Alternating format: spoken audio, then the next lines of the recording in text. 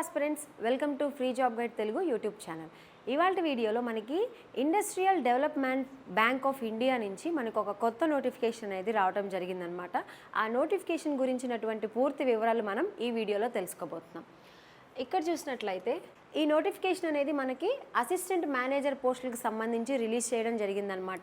ఈ వీడియోలో భాగంగా ఎన్ని నెంబర్ ఆఫ్ వేకెన్సీస్ అనేవి రిలీజ్ చేశారు, దీని తర్వాత నోటిఫికేషన్లో మెన్షన్ చేసినటువంటి ఇంపార్టెంట్ డేట్స్ అనేవి ఏ విధంగా ఉన్నాయి, దీని తర్వాత ఈ ఉద్యోగానికి సంబంధించినటువంటి శాలరీ అనేది ఏ విధంగా ఉంటుంది, ఈ ఉద్యోగాలకి కావాల్సినటువంటి ఎలిజిబిలిటీ క్రైటీరియా, ఎడ్యుకేషన్ క్వాలిఫికేషన్స్ అనేవి ఏ విధంగా ఉంటాయి, అదేవిధంగా మనం ఈ ఉద్యోగాలకు సంబంధించినటువంటి స్కీమ్ ఆఫ్ ద ఎగ్జామినేషన్ అనేది ఏ విధంగా కండక్ట్ చేస్తారనేటువంటి అంశాలపైన మనం ఈ వీడియోలో తెలుసుకుందాం. ఇక్కడ మనం వేకెన్సీస్కి సంబంధించినటువంటి డీటెయిల్స్ కనుక చూసుకున్నట్లయితే ఇందులో ఉన్నటువంటి పోస్టులు ఏంటంటే జూనియర్ అసిస్టెంట్ మేనేజర్ జామ్కి సంబంధించినటువంటి నోటిఫికేషన్ అనమాట. టోటల్గా మనకి 676 పోస్టులకు గాను ఈ నోటిఫికేషన్ అనేది రిలీజ్ చేశారు. ఇందులో మనకి కేటగిరీ వైజ్గా కూడాను మనకి ఎన్ని వేకెన్సీస్ అనేవి ఉన్నాయి అనేది క్లియర్గా కూడాను ఇక్కడ మెన్షన్ చేశారు. అవి మనం చూసినట్లయితే అన్రిజర్వ్డ్కి సంబంధించి 271 పోస్టులు, అదేవిధంగా ఎస్సీలకు సంబంధించి 140 పోస్టులు, ఎస్టీలకు సంబంధించి 74 పోస్టులు, ఓబీసీకి సంబంధించి 124 పోస్టులు, ఈ విధంగా ఈడబ్ల్యూఎస్కి సంబంధించి 67, విహెచ్, హెచ్హెచ్, అదేవిధంగా ఓహెచ్కి సంబంధించి ఈ విధంగా పోస్టులు అనేవి క్లియర్గా కేటగిరీ వైజ్గా అనేది మనకి ఇక్కడ క్లియర్గా మెన్షన్ చేశారు. సో టోటల్గా మనకి ఏంటంటే 676 పోస్టులు అనేవి ఈ నోటిఫికేషన్లో ఉన్నాయన్నమాట. ఇక్కడ చూసినట్లయితే ఇంపార్టెంట్ డేట్స్ అనేవి కొన్ని అనేది మనకి నోటిఫికేషన్లో క్లియర్గా మెన్షన్ చేశారనమాట. ఆ డేట్స్ ఏంటంటే cut off date for eligibility criteria of age అనేది మే 1, 2025 నాటి వరకు తీసుకోవడం జరిగింది ఈ నోటిఫికేషన్కి సంబంధించి. అదేవిధంగా అడ్వర్టైజ్మెంట్ డేట్ ఈ నోటిఫికేషన్ ఎప్పుడు వచ్చిందంటే మనకి మే 7th అనేది రిలీజ్ చేయడం జరిగిందనమాట. ఆన్లైన్ రిజిస్ట్రేషన్ అనేది ఇంక్లూడింగ్ ఎడిట్ కానీ ఫీ పేమెంట్ కానీ మనకి స్టార్ట్ అయ్యేది మే 8th స్టార్ట్ అవుతుంది. అదేవిధంగా మే 20వ తారీఖు తోటి ఈ అప్లికేషన్ డేట్ అనేది క్లోజ్ అయిపోతుంది అనమాట. ఇంట్రెస్టెడ్ క్యాండిడేట్స్ ఎవరైతే ఉన్నారో ఈ డేట్స్ అనేవి గుర్తుపెట్టుకోండి. మే 8th స్టార్ట్ అవుతుంది, మే 20th తోటి మనకి ఈ డేట్ అనేది క్లోజ్ అయిపోతుంది అనమాట. అదేవిధంగా tentative date of online test అనేది కూడాను ఇక్కడ మనకి మెన్షన్ చేశారు. ఆ డేట్ ఎప్పుడంటే మనకి జూన్ 8th అనేది ఈ ఎగ్జామ్ అనేది కండక్ట్ చేస్తారనమాట. ఏంటి CBT 1 అనేది మనకి కండక్ట్ చేయడం జరుగుతుంది. సో ఆ డేట్ ఏంటంటే జూన్ 8th అనేది మనకి ఈ ఎగ్జామ్ అనేది కండక్ట్ చేస్తారనమాట. దీని తర్వాత ఉద్యోగానికి సంబంధించినటువంటి ఏజ్ కానీ వాటి యొక్క ఎడ్యుకేషన్ క్వాలిఫికేషన్స్ అనేవి ఒకసారి చూద్దాము. ఇందులో ఏజ్ వచ్చేసరికి మినిమం వచ్చేసరికి 20 years ఉండాలి, మ్యాక్సిమం వచ్చేసరికి 25 years అనేది ఈ ఉద్యోగాలకి అప్లై చేసుకునే వాళ్ళకి ఏజ్ అనేది ఉండాలన్నమాట.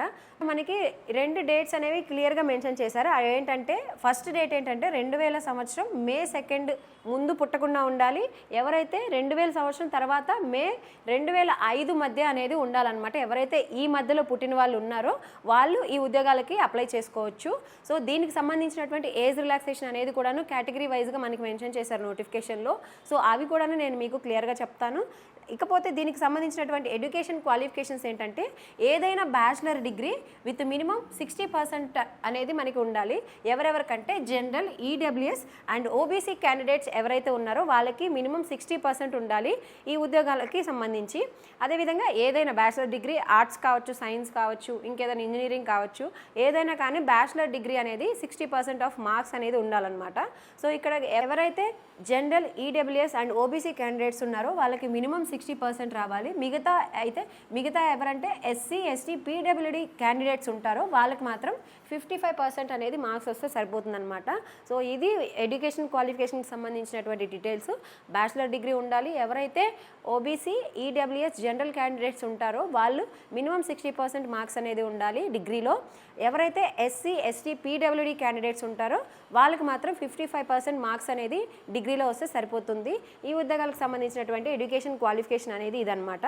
దీంతోపాటు కంప్యూటర్ లిటరసీలో ఏంటంటే కొంచెం కంప్యూటర్ నాలెడ్జ్ అనేది కూడా ఉండాలి అని చెప్పి మనకి నోటిఫికేషన్లో మెన్షన్ చేశారు.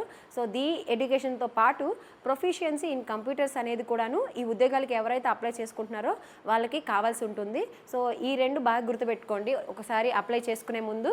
So minimum age 20 years, maximum 25 years.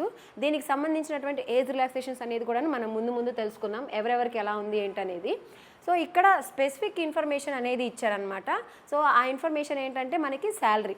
So ఈ ఉద్యోగాన్ని కనుక మనం సెలెక్ట్ అయితే మనకి మినిమం 6.14 ల్యాక్ నుంచి 6.50 ల్యాక్ అంటే మనకి 6,14,000 నుంచి 6,50,000 వరకు మనకి పర్ యానం అనేది శాలరీ అనేది ఈ విధంగా ఉంటుందన్నమాట పే స్కేలు. అదేవిధంగా మన యొక్క పెర్ఫార్మెన్స్ని బట్టి కూడాను మనకి ఈ శాలరీ అనేది యాన్యువల్ ఇంక్రిమెంట్ అంటే సంవత్సరానికి ఒక సంవత్సరం మనం బాగా చేసామనుకోండి, ఆ సంవత్సరంలో మనం చేసినటువంటి పనికి సంబంధించి ఇంక్రిమెంట్ అనేది కూడాను ఈ ఉద్యోగాలకు ఇవ్వడం జరుగుతుంది. అది కూడాను మనకి ఇక్కడ క్లియర్గా మెన్షన్ చేశారనమాట. సో ఇటువంటి మంచి ఆపర్చునిటీ అనేది ఎవరు కూడా వదిలిపెట్టుకోవద్దు. దీంతోపాటు the appointee would be covered under the IDBI bank limited new pension. So ఎవరైతే వన్స్ క్యాండిడేట్ సెలెక్ట్ అవుతారో ఈ ఉద్యోగాలకి, వాళ్ళకి ఐడిబిఐ బ్యాంక్ లిమిటెడ్కి సంబంధించినటువంటి పెన్షన్ స్కీమ్ ఏదైతే ఉందో దానికి కూడాను వాళ్ళు అర్హులు. రూల్స్ ప్రకారం 2011 రూల్స్ ప్రకారం వాళ్ళు ఆ పెన్షన్ కూడాను ఎలిజిబుల్ అవుతారని చెప్పేసి మనకి ఇక్కడ నోటిఫికేషన్లో మెన్షన్ చేశారు. సో ఇవి ఇంపార్టెంట్ అంటే శాలరీకి కానీ అదేవిధంగా పెన్షన్కి సంబంధించినటువంటి డీటెయిల్స్. దీని తర్వాత సెలక్షన్ ప్రాసెస్ అనేది ఏ విధంగా ఉంటుందంటే మనకి ఫస్ట్ స్టెప్లో ఆన్లైన్ టెస్ట్ అనేది కండక్ట్ చేస్తారు. ఇది ప్యూర్లీ సిబిటి అనమాట, కంప్యూటర్ బేస్డ్ టెస్ట్ ఉంటుంది. దీని తర్వాత డాక్యుమెంట్ వెరిఫికేషన్ అనేది ఉంటుంది. దాని తర్వాత పర్సనల్ ఇంటర్వ్యూ అనేది కండక్ట్ చేస్తారు. ఎవరైతే పర్సనల్ ఇంటర్వ్యూ కూడాను క్లియర్ చేస్తారో వాళ్ళకి ప్రీ రిక్రూట్మెంట్ మెడికల్ టెస్ట్ అనేది చేస్తారనమాట. సో ఫస్ట్ స్టెప్ ఏంటంటే ఇందాక మనం ఆన్లైన్ టెస్ట్ డేట్ చెప్పుకున్నాం కదా, సో June 8th అని చెప్పేసి. సో ఫస్ట్ మనకి ఆన్లైన్ టెస్ట్ ఉంటుంది. దాని తర్వాత డాక్యుమెంట్ వెరిఫికేషన్ అనేది చేస్తారు. తర్వాత పర్సనల్ ఇంటర్వ్యూ అనేది ఉంటుంది. దాని తర్వాత ప్రీ రిక్రూట్మెంట్ మెడికల్ టెస్ట్ అనేది కండక్ట్ చేస్తారు. సో సెలెక్షన్ ప్రాసెస్ అనేది ఈ విధంగా ఉంటుందన్నమాట ఈ ఉద్యోగాలకు సంబంధించి.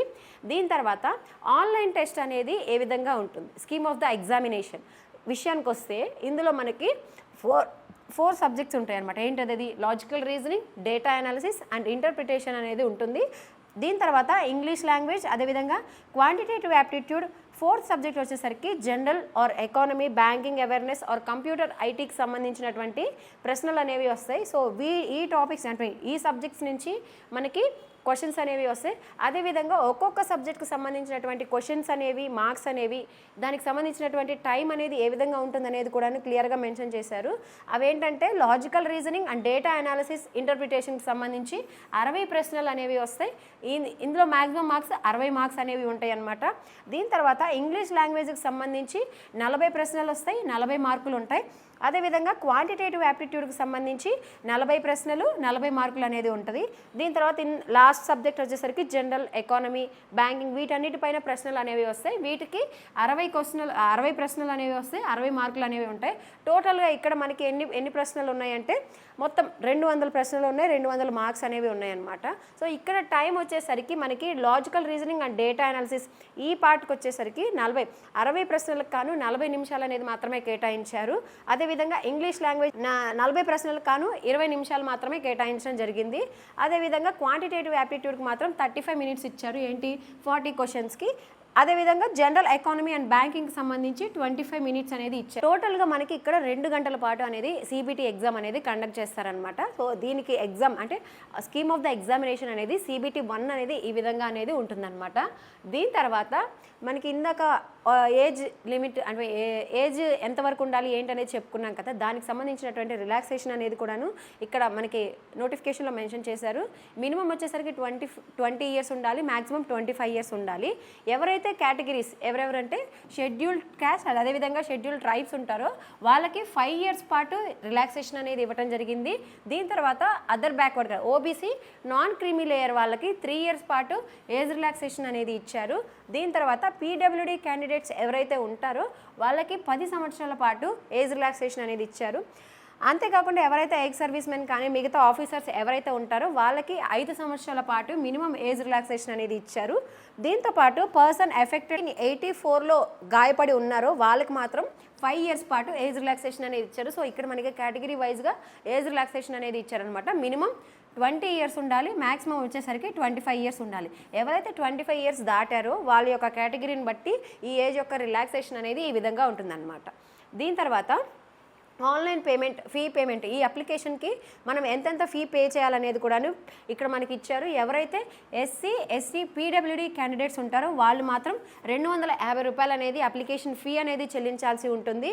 మిగతా వాళ్ళు ఎవరైతే అదర్ బ్యాక్వర్డ్ క్లాసెస్ కానీ ఇంకా జనరల్ క్యాండిడేట్స్ ఎవరైతే ఉంటారో వాళ్ళందరూ కూడాను 1050 రూపాయలు అనేది ఈ అప్లికేషన్కి ఫీ పేమెంట్ అనేది చేయాల్సి ఉంటుందన్నమాట. సో ఇవన్నీ కూడాను application fee and intimation charges అనేది ఉంటుంది. వీళ్ళకి మాత్రం ఎవరైతే ఎస్సీ ఎస్టీ పీడబ్ల్యూడీ క్యాండిడేట్స్ ఉంటారో ఇది మాత్రం ఓన్లీ ఇంటిమేషన్ ఛార్జెస్ మాత్రమే వీళ్ళకి తీసుకోవడం జరుగుతుందన్నమాట. సో ఇది మనకి ఆన్లైన్ ఫీ పేమెంట్కి సంబంధించినటువంటి డీటెయిల్స్. దీని తర్వాత ఇంపార్టెంట్ ఇన్స్ట్రక్షన్స్ అనేవి ఇచ్చారు. ఈ అప్లికేషన్ అప్లై చేసుకునేటప్పుడు మనకి ఏ డాక్యుమెంట్స్ కావాలి అనేది దానికి సంబంధించినటువంటి ప్రూఫ్లు మీరు ఏది పరిగణలోకి తీసుకోవాలని చెప్పేసి ఐడిబిఐ మనకి కొన్ని డాక్యుమెంట్స్ అనేవి ఇక్కడ మెన్షన్ చేసింది. సో అవేంటో ఒకసారి చూద్దాము.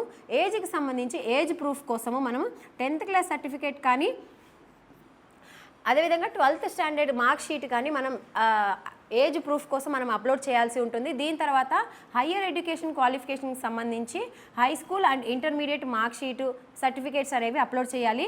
గ్రాడ్యుయేషన్కి సంబంధించి ఆల్ సెమిస్టర్ మనకి డిగ్రీ 3 సంవత్సరాలు 3 ఏళ్ళు 6 సెమిస్టర్లకు సంబంధించినటువంటి మనకి మెమోస్ షార్ట్ మెమోస్ ఉంటాయి కదా. సో అవన్నీ కూడాను సెమిస్టర్ మార్క్స్ లిస్ట్ అనేవి కూడాను అప్లోడ్ చేయాల్సి ఉంటుంది. సో ఇక్కడ దీనికి ఇంటర్మీడియట్ మార్క్ షీటు అదేవిధంగా గ్రాడ్యుయేషన్కి సంబంధించి ఆల్ సెమిస్టర్ మార్క్ షీటు అదేవిధంగా ప్రొవిజనల్ ఏదైతే ఇస్తారో అవన్నీ కూడా మనం డాక్యుమెంట్స్ అనేది అప్లోడ్ చేయాల్సి ఉంటుందన్నమాట. ఎయిదర్ సెమిస్టర్ అయినా అప్లోడ్ చేయొచ్చు, ఇక్కడ ప్రొవిజనల్ డిగ్రీ వచ్చుంటే ప్రొవిజనల్ డిగ్రీ అయినా మనం అప్లోడ్ చేస్తే సరిపోతుంది. మిగతా ఎవరైతే క్యాస్ట్ సర్టిఫికేట్కి ఎలిజిబుల్ ఉంటారో లైక్ మనకి ఎస్సీ ఎస్టీ ఓబీసీ తర్వాత ఈడబ్ల్యూఎస్ ఉంటారో వాళ్ళు కంపల్సరీగా క్యాస్ట్ సర్టిఫికేట్ అనేది అప్లోడ్ చేయాల్సి ఉంటుంది.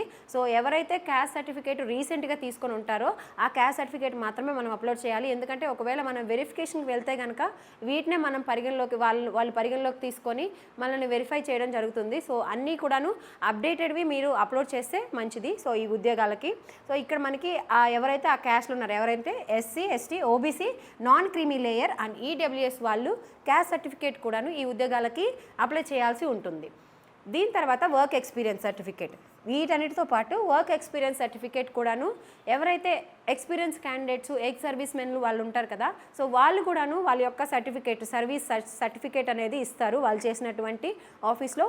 ఆ సర్టిఫికేట్ తెచ్చుకొని కూడాను లేదంటే పే స్లిప్స్ ఇవన్నీ కూడాను వీళ్ళు అప్లోడ్ చేయాల్సి ఉంటుంది. జాయినింగ్ డేటు రిలీవింగ్ డేటు వీటన్నిటికి సంబంధించినటువంటి డాక్యుమెంట్స్ ఇస్తారు. మనం ఒక కంపెనీ నుంచి కానీ లేదంటే ఒక ఆఫీస్ నుంచి రిలీవింగ్ అయ్యేటప్పుడు సో ఇవన్నీ కూడాను ఆ కంపెనీ మనకి ప్రొవైడ్ చేస్తుంది. సో అవన్నీ కూడాను వాళ్ళు ఎవరైతే ఎక్స్పీరియన్స్ క్యాండిడేట్స్ ఉన్నారో వాళ్ళందరూ కూడాను అప్లోడ్ చేయాల్సి ఉంటుంది.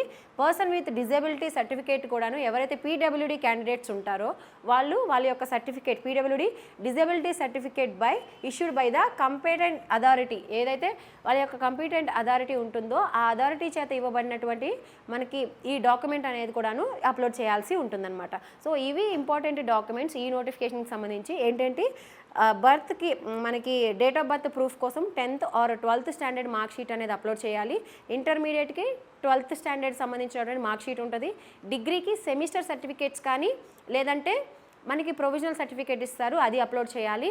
దీని తర్వాత ఎవరైతే ఎక్స్ సర్వీస్ మెన్ ఎంప్లాయీస్ ఉంటారో వాళ్ళు వర్క్ ఎక్స్పీరియన్స్ పే స్లిప్స్ ఇవన్నీ కూడాను అప్లోడ్ చేయాల్సి ఉంటుంది. పీడబ్ల్యూడీ క్యాండిడేట్స్ మాత్రం సో పీడబ్ల్యూ వాళ్ళ యొక్క సర్టిఫికేట్ అప్లోడ్ చేయాలి. దీని తర్వాత క్యాస్ట్ సర్టిఫికేట్. సో ఈ 6 సర్టిఫికేట్స్ అనేవి మన దగ్గర కంపల్సరీ ఉండాలి, వాళ్ళకి సంబంధించినటువంటి సర్టిఫికేట్స్. సో ఇవి ఒకసారి చూసుకోండి అప్లై చేసే ముందు, ఇవి ఇంపార్టెంట్ సర్టిఫికేట్స్. సో ఇది మనకి ఈ నోటిఫికేషన్కి సంబంధించినటువంటి పూర్తి వివరాలు. ఇంకా మీకు ఏమైనా డౌట్స్ ఉన్నా ఈ నోటిఫికేషన్కి సంబంధించి నాకు కమెంట్ బాక్స్లో కమెంట్ చేయండి, నేను మీకు వెంటనే రిప్లై ఇస్తాను.